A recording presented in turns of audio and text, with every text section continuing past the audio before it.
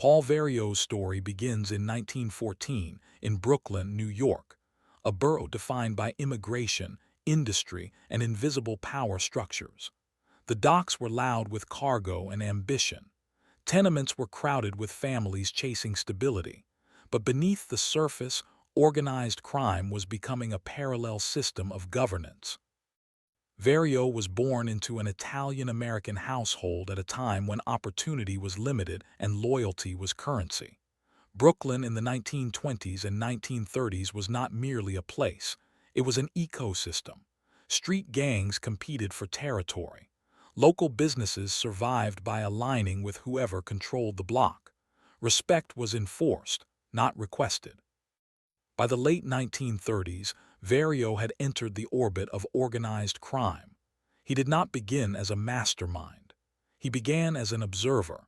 He learned who held influence, who collected payments, who settled disputes.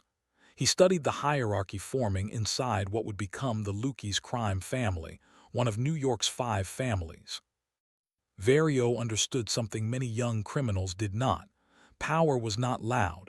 It was structured. It required patience. His early activities involved small gambling operations and street-level loan arrangements. He built relationships with local shop owners, not through chaos but through reliability. If someone borrowed money, payment was expected. If someone resisted, consequences followed. Word spread quickly. By the 1940s, Vario had moved beyond petty hustles. He began organizing structured rackets. Illegal gambling became systematized. Loan sharking was not random. It was calculated, targeted toward individuals who had assets but limited access to banks. He created dependency. Unlike impulsive operators, Vario minimized unnecessary violence. Violence attracted attention. Attention invited investigation. Instead, he cultivated fear through reputation. The mere suggestion of consequences was often enough. During this period, he encountered a young Brooklyn native named Henry Hill. Hill was ambitious and fascinated by the mob lifestyle. Vario saw potential. He mentored him, teaching him discipline and structure. Hill learned how payments were collected, how disputes were resolved, and how silence preserved survival. By the early 1950s, Vario had earned formal recognition as a capo within the Lucchese hierarchy. This was not symbolic. It meant control over crews, territory, and revenue streams. Brooklyn neighborhoods fell under his supervision. His authority extended into gambling parlors, bars, and union circles. He diversified carefully. Gambling provided steady cash flow. Loan sharking created leverage. Protection rackets ensured cooperation.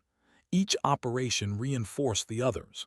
His organization functioned like an enterprise, decentralized enough to avoid collapse, centralized enough to maintain control. Publicly, Vario maintained a respectable image. He associated with legitimate business owners. He projected calm authority. To the average resident, he appeared influential but not overtly criminal. This duality protected him. By the mid-1950s, Paul Vario had transitioned from participant to architect. Brooklyn was not merely where he operated. It was territory under management. The foundation was complete. Expansion would follow. By the late 1950s, Paul Vario had evolved from a street-smart hustler into a figure whose influence extended across Brooklyn. He no longer merely ran gambling dens and small loan-sharking operations. He commanded a sophisticated, multi-tiered criminal enterprise. Every venture reinforced another, creating a network that was profitable, resilient, and difficult to penetrate.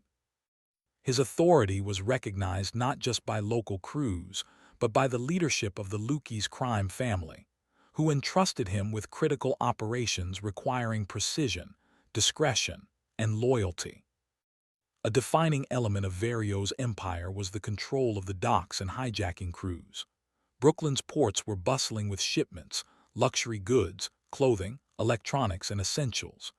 Vario's team specialized in intercepting high-value cargo, diverting it before law enforcement could intervene. These operations required meticulous planning. Timing had to be perfect, crews had to act without error, and every member had to understand their role. A single mistake could mean exposure or violent retaliation. Vario's ability to coordinate these high-stakes operations demonstrated not only his strategic mind, but also his understanding of human behavior. He selected individuals who were bold yet disciplined, ensuring that trust and fear were perfectly balanced. Gambling operations remained a core pillar of Vario's power. Parlor after parlor spread across Brooklyn neighborhoods, each generating consistent revenue. Loan sharking complemented this system. Borrowers, often desperate or marginalized, paid high interest, and default carried consequences that reinforced Vario's control without always resorting to violence. These operations were designed to make the victims compliant yet dependent, ensuring long-term influence over the neighborhoods he oversaw. Vario's relationship with Henry Hill grew stronger during this period. Hill executed some of the more daring assignments, including hijackings and complex extortion schemes. Vario's mentorship taught him the balance between audacity and caution. Hill's skill set allowed the organization to operate efficiently, while Vario's strategic oversight minimized risk. Together, they created a system that combined street-level execution with hierarchical discipline, a model that other crews in Brooklyn would envy. The Lucchese family benefited from Vario's precision. He not only ran profitable operations but also maintained loyalty and order among his subordinates. Discipline was strict, but not arbitrary. Rewards were as real as consequences. A subordinate who succeeded received financial gain and recognition. A subordinate who failed or betrayed trust faced consequences designed to maintain respect and fear. Vario understood that psychological control, managing ambition, loyalty, and fear, was as important as the operations themselves. During this time, Vario's influence began to extend beyond immediate operations. He cultivated relationships with labor unions and business owners, subtly manipulating contracts, deliveries, and operations to enrich his empire. These actions were carefully orchestrated. Legal fronts obscured illegal activity, and legitimate businesses often unwittingly participated in schemes that funneled wealth into Vario's network. His ability to navigate both legitimate and illicit channels showcased his intelligence and ensured long-term sustainability of his empire. By the mid-1960s, Vario had become a symbol of organized crime in Brooklyn, respected and feared in equal measure. His power was such that he could command compliance with a gesture, enforce loyalty with a glance, and instill fear with reputation alone. He rarely needed to resort to violence. The perception of consequences often sufficed, yet he was not hesitant to act when necessary. Violence remained a tool of last resort, applied with strategic intent rather than impulsive emotion. It was also during this period that Vario's life became entwined with popular culture. Through his mentorship of Henry Hill, who later chronicled his experiences, the real-life operations of Vario entered the public consciousness. Martin Scorsese's Goodfellas would immortalize him as Paulie Cicero, a character reflecting Vario's combination of intelligence, authority, and quiet menace. The parallels were precise. A man whose command of loyalty, intimidation, and strategic foresight allowed him to dominate Brooklyn's underworld while projecting an unassuming public image. Despite his influence, Vario faced continuous challenges. Rival crews attempted to encroach on his territory. Ambitious subordinates tested boundaries. Law enforcement attention increased as wiretaps, surveillance, and informants began to penetrate the underworld he had once controlled with impunity. The success that had elevated him, his widespread operations, loyal associates, and high-value schemes, also made him a target. Each expansion carried a risk, and the very network that secured his empire could now expose him to federal scrutiny. Internal discipline remained paramount. Vario managed tensions with precision, rewarding loyalty and punishing transgression. He understood that human behavior could be manipulated to maintain order. Fear, reputation, and calculated generosity created a hierarchy in which subordinates often acted in alignment with Vario's goals, even in his absence. This system allowed operations to continue smoothly, demonstrating Vario's combination of leadership, psychology, and organizational skill. By the late 1960s, Paul Vario's empire was at its height. Brooklyn's neighborhoods were effectively under his control, and his influence stretched through docks, union halls, bars, and gambling establishments. He had become indispensable to the Lucchese family and an archetype of the efficient, intelligent, and formidable capo. Yet, even at the peak, vulnerabilities were emerging. Associates could become liabilities. Ambition among subordinates threatened cohesion. Federal attention was intensifying. The foundation of his power was strong, but the higher one climbs, the harder the fall becomes. Part 2 concludes with Paul Vario fully in command, a man whose empire was vast, sophisticated, and culturally immortalized. Yet the seeds of his downfall, betrayal, law enforcement pressure, and human unpredictability were quietly taking root. The stage was set for arrests, trials, and the unraveling of a life built on power, strategy, and fear. By the early 1970s, Paul Vario's empire, which had dominated Brooklyn for decades, began to face mounting pressures. The streets that had obeyed his rules were changing. Law enforcement agencies had grown sophisticated, employing wiretaps, undercover surveillance, and informants to penetrate organized crime networks that had once operated in shadows. Vario, who had relied on discipline, loyalty, and fear to maintain control, now faced the stark reality that even the most carefully managed criminal enterprises were vulnerable to the reach of federal authorities. The first major threat came from within. Henry Hill, Vario's trusted protege, had accumulated deep knowledge of the capo's operations, from hijackings to loan sharking, from gambling networks to extortion schemes. Under pressure from authorities and facing the threat of long prison sentences, Hill made a pivotal decision. He became an informant. Hill's cooperation offered investigators unprecedented insight into Vario's operations, laying bare the intricate organization that had enabled him to dominate Brooklyn for decades. The betrayal of a close associate demonstrated the fragility inherent in criminal empires built on personal loyalty. Even the most disciplined capo could not fully guard against the consequences of human ambition and fear. Armed with Hill's testimony and decades of surveillance, federal authorities began targeting Vario with a series of arrests and indictments. His network of gambling parlors, hijacking crews, loan sharking clients, and protection rackets became subject to intense scrutiny. Courtrooms replaced the streets as the stage of power. For a man whose influence had once been nearly absolute, the shift was profound.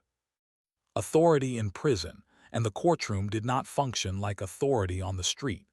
Legal proceedings were governed by evidence, testimony, and procedural rules rather than reputation and intimidation. Vario faced multiple trials, each exposing the mechanics of his criminal operations. Wiretaps revealed conversations that had previously been private. Informants detailed the planning and execution of high-value heists. Financial records traced the flow of illicit income. Testimony described his meticulous management of crews, his strategic use of fear and loyalty, and the deliberate orchestration of operations designed to evade law enforcement. The empire he had built over decades was being systematically dismantled in public view, revealing both its scope and its vulnerabilities. Even as the trials progressed, Vario maintained a composed exterior. He understood the importance of perception. Panic or visible weakness could embolden prosecutors and compromise his legal strategy. Yet the weight of evidence, combined with Hill's insider testimony, made conviction increasingly likely. Associates who had once feared and respected him began to distance themselves, cooperating with authorities or quietly leaving the criminal world. The erosion of loyalty struck at the core of his empire. The same human relationships that had enabled his rise were now facilitating his downfall. During this period, law enforcement pressure intensified not only on Vario but across the Brooklyn underworld.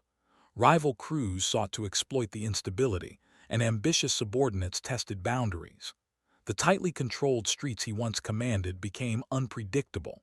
His sophisticated operations, which had ensured his dominance for decades, now presented vulnerabilities. High-profile crimes, once carefully concealed, were now public knowledge. Federal prosecutors highlighted the very success that had elevated him as evidence of ongoing criminal enterprise. By the late 1970s, Vario faced multiple convictions for extortion, fraud, and racketeering. Prison sentences stripped him of freedom, and the influence he once wielded on Brooklyn streets diminished. Yet even confined, his reputation endured. Fellow inmates and guards were aware of the capo who had once commanded vast networks, manipulated associates, and evaded law enforcement for decades. Stories of his ruthlessness, intelligence, and strategic acumen continued to circulate, ensuring that his presence remained a psychological force, even behind bars. The psychological impact of imprisonment and betrayal was significant. Vario had built his life on control over men, territory, and operations. Prison removed nearly all of these tools. Authority was no longer his to exercise. Associates were either absent, incarcerated themselves, or cooperating with authorities. Even Henry Hill, the man he had mentored, became instrumental in dismantling the empire. The sudden reversal emphasized a truth inherent in organized crime. No matter how skilled, no one is invulnerable to law enforcement, betrayal, or the inevitability of time. During these years, the cultural resonance of Vario's story began to expand. Hill's accounts of Vario's operations eventually became widely known, offering a detailed portrait of Brooklyn's organized crime scene in the mid-20th century. These stories inspired books and documentaries, and eventually informed Martin Scorsese's Goodfellas. The character Paulie Cicero captured Vario's calculated leadership, strategic intelligence, and quiet menace, translating the life of a Brooklyn capo into a cinematic archetype. For the broader public, the mythos of the Mafia became inseparable from Vario's persona, creating a legacy that endured beyond his criminal career. Part 3 illustrates a critical truth of organized crime. Empires are fragile, even at their zenith. Betrayal, law enforcement pressure, and human unpredictability can destabilize a system built over decades. Vario's fall did not occur through street battles or dramatic confrontations, but through cumulative pressure, legal scrutiny, and the erosion of loyalty that had sustained him. The same principles that allowed him to rise, control, strategy, manipulation of human behavior, proved insufficient against the combined forces of justice and betrayal. By the early 1980s, Vario's influence had diminished almost entirely.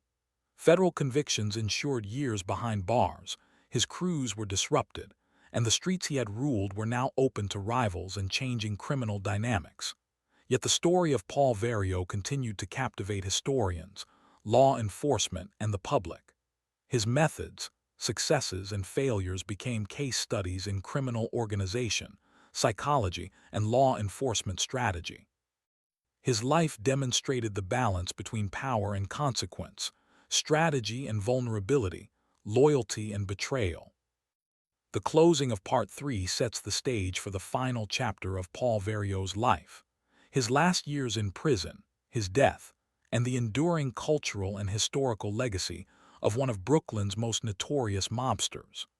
Though removed from the streets, his story remained vivid, a narrative of ambition, strategy, and the inexorable consequences that accompany a life devoted to organized crime. Paul Vario spent the final years of his life confined within federal prison walls. The man who had commanded Brooklyn's docks, gambling parlors, and loan-sharking networks for decades was now subject to schedules, guards, and regulations he could neither bend nor manipulate. For a lifetime spent orchestrating operations with precision and demanding loyalty through fear and respect, the sudden loss of autonomy was profound. Prison stripped him of his influence, leaving only the memory of power and the consequences of past decisions. Even in confinement, Vario's reputation preceded him. Fellow inmates and correctional staff were aware of the capo who had ruled with intelligence and ruthlessness. Stories circulated about his strategic mind, his ability to coordinate complex operations, and the fear he inspired in Brooklyn's underworld. His life had become a lesson. The same qualities that built an empire, discipline, calculation, and command, could not protect one from betrayal, law enforcement, or mortality. Vario's fall was closely tied to Henry Hill, the protege who had once carried out his most daring schemes. Hill's decision to cooperate with authorities revealed the inner workings of Vario's operations, from hijackings to extortion, loan sharking, and gambling networks. The betrayal exposed a vulnerability inherent in any criminal organization dependent on human loyalty. While Vario had built an empire on fear and respect, it was Hill's testimony that ultimately dismantled much of that power. The trials that followed were meticulous and public. Federal prosecutors presented evidence of long-running schemes, wiretapped conversations, financial records, and witness testimony documenting decades of criminal activity. Vario's networks were laid bare, illustrating both the sophistication of his operations and the breadth of his influence. He had once commanded men who executed heists and managed crews with precision. Now, the courtroom became a stage where law enforcement and witnesses dictated the narrative. The contrast highlighted a stark reality. No matter how disciplined or intelligent, organized crime could not withstand the combined forces of justice and betrayal indefinitely. In prison, Vario confronted the human cost of his life choices. Associates who had once feared and respected him were absent, incarcerated, or cooperating with authorities. The streets, docks, and neighborhoods he had controlled for decades were beyond his reach. Freedoms he had long taken for granted, mobility, decision-making, influence, were gone. The psychological impact was profound. A life defined by control had been reduced to observation, reflection, and regret. Despite these limitations, Vario's influence endured in subtle ways. Stories of his empire, his strategic thinking, and his management of men and operations circulated among inmates, law enforcement, and historians. Scholars and criminal justice experts studied his life as an example of mid-20th century organized crime, how loyalty, fear, ambition, and strategy intersected to create, and ultimately destabilize, a criminal empire. His life became both cautionary and instructive, demonstrating the fragility of power built on intimidation and secrecy. Cultural recognition amplified Vario's enduring legacy. Henry Hill's memoirs, later adapted into books, documentaries, and Martin Scorsese's Goodfellas, immortalized the capo as Paulie Cicero. The cinematic portrayal captured the essence of Vario's character: intelligent, calculating, commanding respect and fear while maintaining an outwardly calm demeanor. Through film and literature, Vario's persona transcended his era, offering audiences insight into the psychology and strategy of organized crime. His life became emblematic of the mid-century mafia: disciplined, ruthless, and both admired and feared. As the 1980s progressed, Vario's health declined. The years of tension, lifestyle, and incarceration took their toll. On November 22, 1988, Paul Vario passed away in prison, marking the end of a life that had spanned nearly three-quarters of a century and a criminal career that had shaped Brooklyn for decades. His death closed the final chapter on a man whose influence had been felt on docks, in gambling halls, and in neighborhoods where loyalty and fear had been his currency. The story of Paul Vario is both a chronicle of rise and fall and a study in strategy, psychology, and consequence. He rose from Brooklyn's crowded streets to command an empire built on planning, loyalty, and calculated intimidation. He mentored men like Henry Hill, coordinated sophisticated operations, and maintained authority across neighborhoods and crews. Yet the very elements that built his power, human relationships, reputation, and operational networks, also contributed to his downfall. Betrayal, law enforcement, and time proved inescapable. Paul Vario's legacy is enduring, not only in crime history but in cultural imagination. His life offers lessons on leadership, loyalty, and the limits of control. He demonstrates how strategic intelligence can create formidable influence while revealing the vulnerabilities inherent in any system built on human behavior. Through popular culture, his story continues to fascinate, instruct, and warn. Goodfellas immortalized his persona, while law enforcement and historians analyze his life for insight into the operations of organized crime, the dynamics of mentorship and betrayal, and the intersection of human ambition with consequence. Ultimately, Paul Vario's story is the story of Brooklyn itself, a place of opportunity, danger, loyalty, and betrayal.